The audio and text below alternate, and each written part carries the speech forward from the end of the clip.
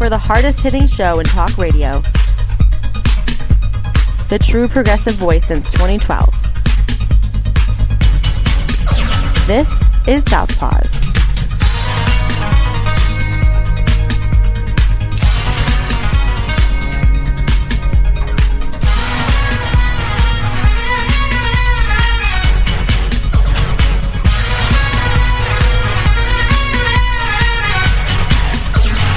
And welcome to Southpaws on the Pacifica Radio Network. We are the leaders of the revolution. My name is Darren Gibson, and I'm your co-host. And my name is Jack Prince, your fellow co-host. And I'm going through puberty again with the way that I started talking this morning. Gosh, I don't know what's happening over here. I'm not sick or anything, at least not physically sick.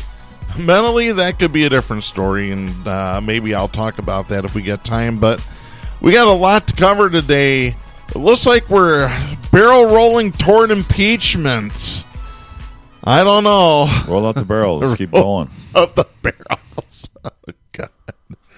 All right. Well, we will roll out the barrels, but before we start the rolling, a reminder, you can follow us on social media by going to facebook.com/Southpaws Radio Show.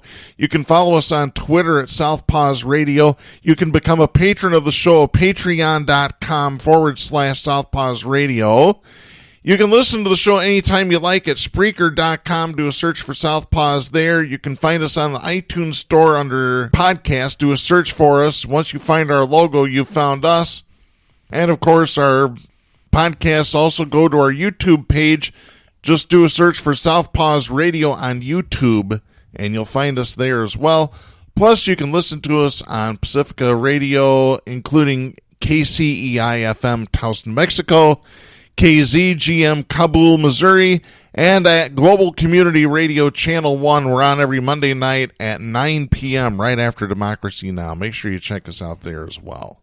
So we are headed to impeachment. This vote came across on Thursday. I have this story. This is Alan Fram and Matthew Daly writing for the Associated Press out of Washington.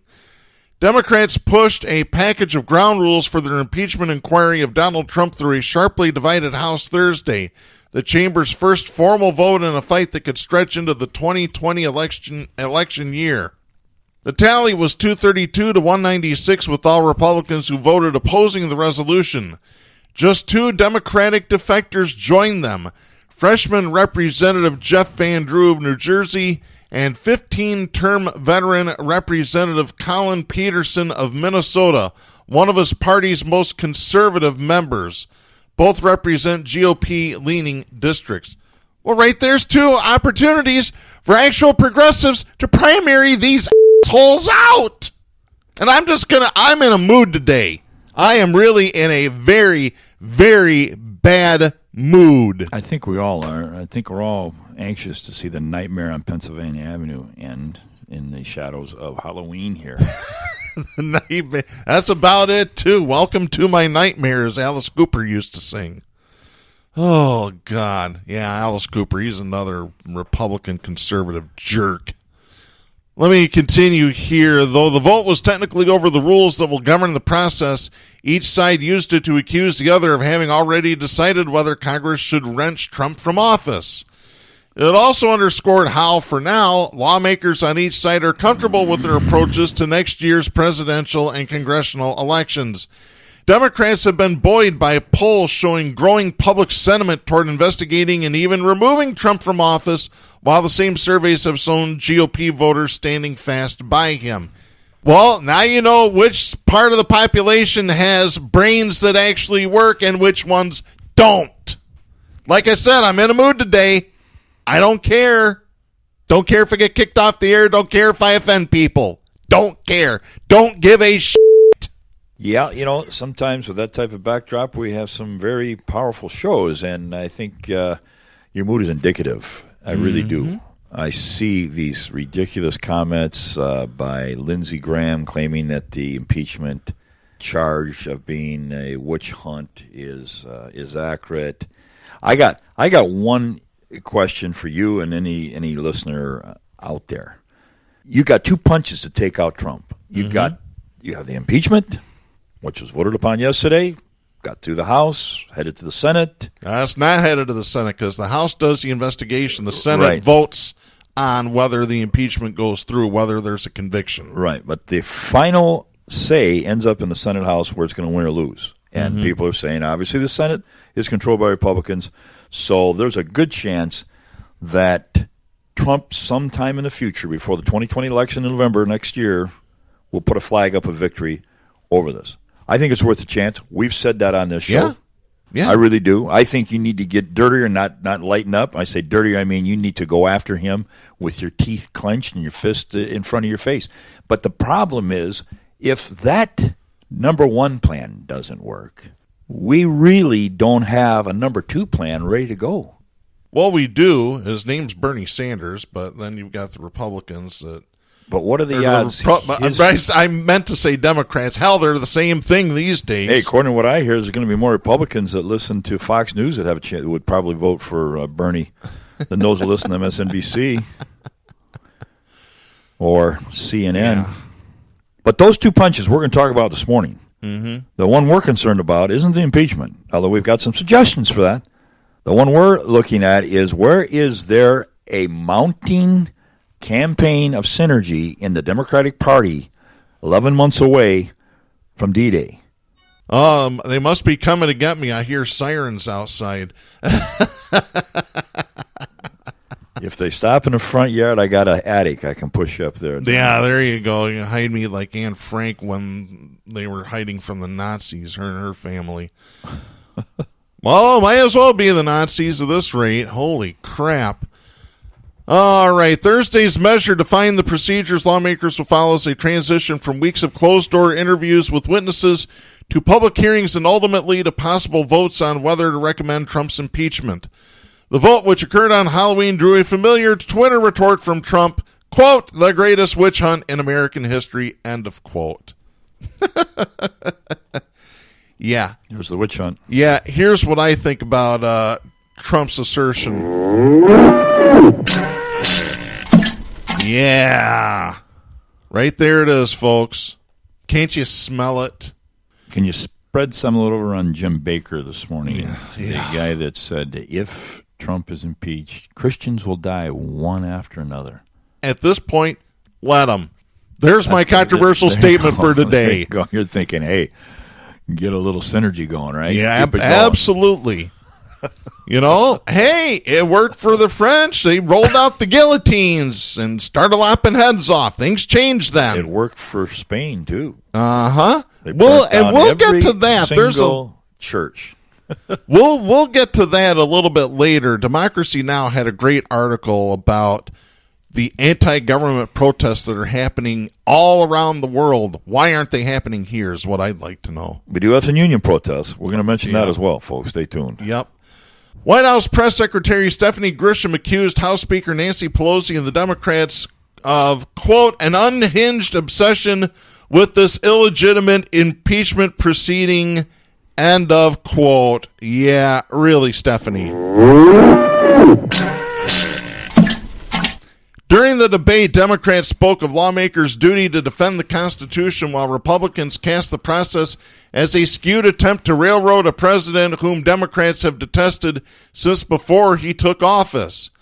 Pelosi, the House Speaker, Democrat out of California, said, quote, what is at stake in all this is nothing less than our democracy, end of quote. Underscoring her point, she addressed the House with a poster of the American flag beside her and began her remarks by reading the opening lines of the preamble to the Constitution.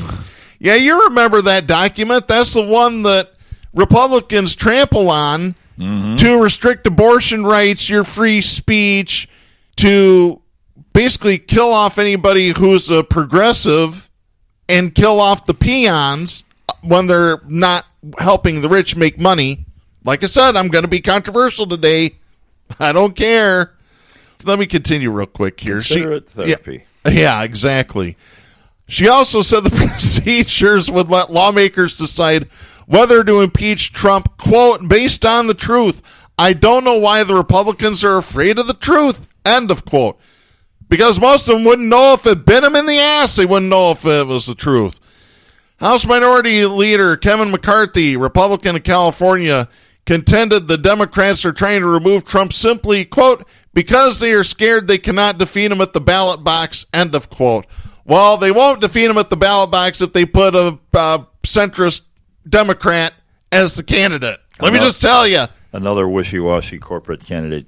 That will not fly this time, folks. Yeah. Number 3, House GOP leader Steve Scalise, Republican of Louisiana, accused them of imposing Soviet-style rules, speaking in front of a bright red poster depicting St. Basil's Cathedral on Red Square in Moscow.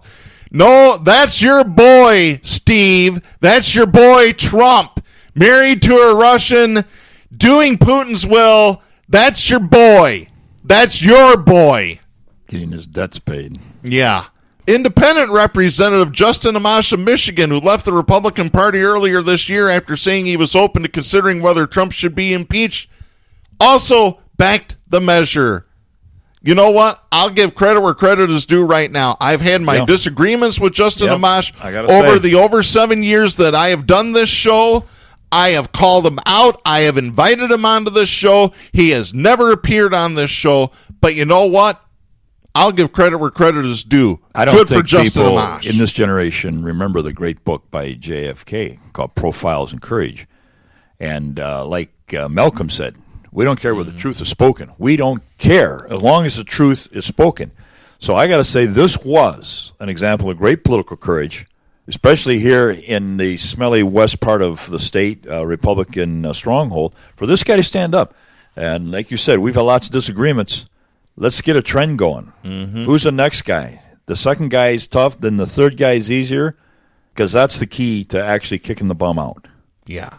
And this will probably cost Amash's seat in Congress if he decides to continue running for that seat. Yeah, that's why it's courageous. He knows it. Yeah. I mean, I honestly think the guy recognizes that Trump shouldn't be in the office. Yeah. It's that simple. There's a lot of people. Why can't anybody else see it, though, around here? There's a lot of people that are true to their convictions, and they can be Republican. Yeah. The investigation is focused on Trump's efforts to push Ukraine to investigate his Democratic political opponents by withholding military aid and an Oval Office meeting created by the country's new president. And of course, to talk about Volodymyr Zelensky. Democrats said the procedures, which give them the ability to curb the president's lawyers from calling witnesses, are similar to rules used during the impeachment proceedings of Presidents Richard Nixon and Bill Clinton. Republicans complained they were skewed against Trump. Jeez. You know what? If you hit a Republican on the head with a hammer, does it make an echoing noise, or is it just a thump? That's what I'd like to know. It is likely to take weeks or more before the House decides whether to vote on actually impeaching Trump. If the House does vote for impeachment, the Senate would hold a trial to decide whether to remove the president from office. But then again, that's up to the old hickbilly turtle in Kentucky named Mitch McConnell. And since he hasn't done a goddamn thing yet this year, I don't expect him to do anything with that either.